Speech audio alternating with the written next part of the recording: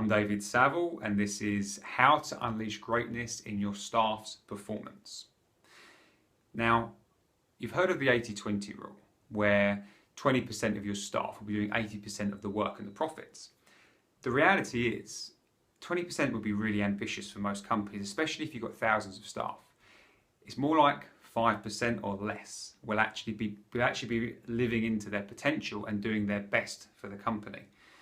Most people, the majority, will be operating way below that. They will just be coming in, they'll be doing their job and going home, doing a fair job.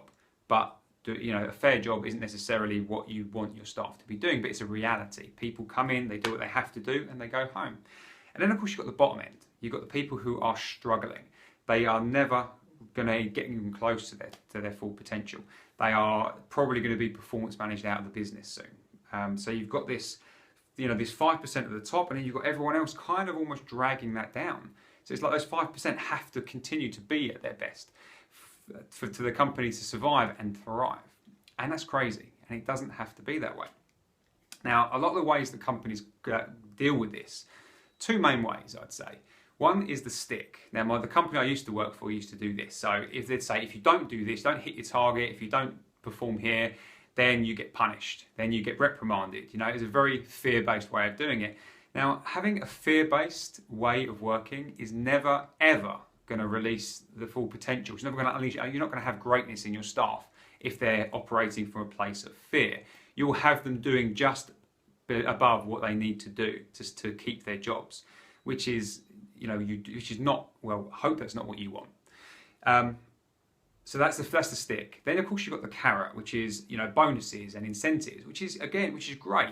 The top 5%, they'll lap that up. They're self-driven, they're self-motivated, so they just want more and more of that. But again, you've got the middle of the road and the people at the bottom end who they either never think they'll get there, or they're just not driven by that. And so what that means is that it's almost a waste of time for those people. And it can actually be a demotivator. If you've got ones trying hard but never quite reaching it, they can lose motivation and they can just give up trying, which can have a negative effect on the whole business.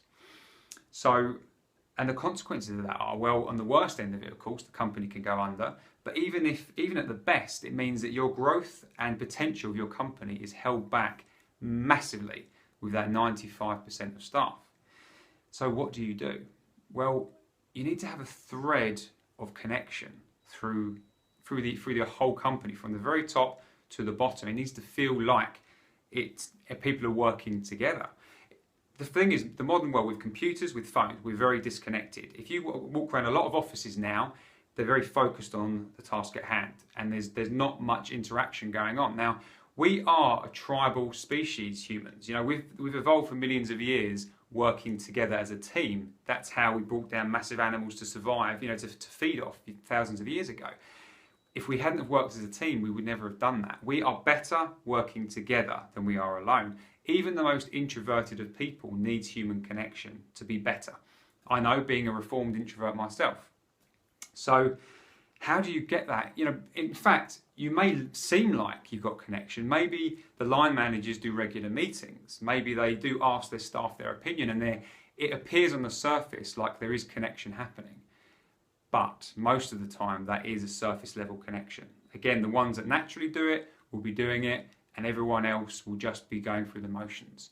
And if you want to unleash greatness in your staff, in your company, you can't have people going through the motions. You need to have real, deep connections. So, and this can happen in so many ways. It's from the very tiniest way of like the owner of the company or the CEOs, the top echelons, just walking through the company from time to time and saying hello to people, introducing themselves, looking people in the eye and just saying good morning. Sometimes something as simple as that can make all the difference.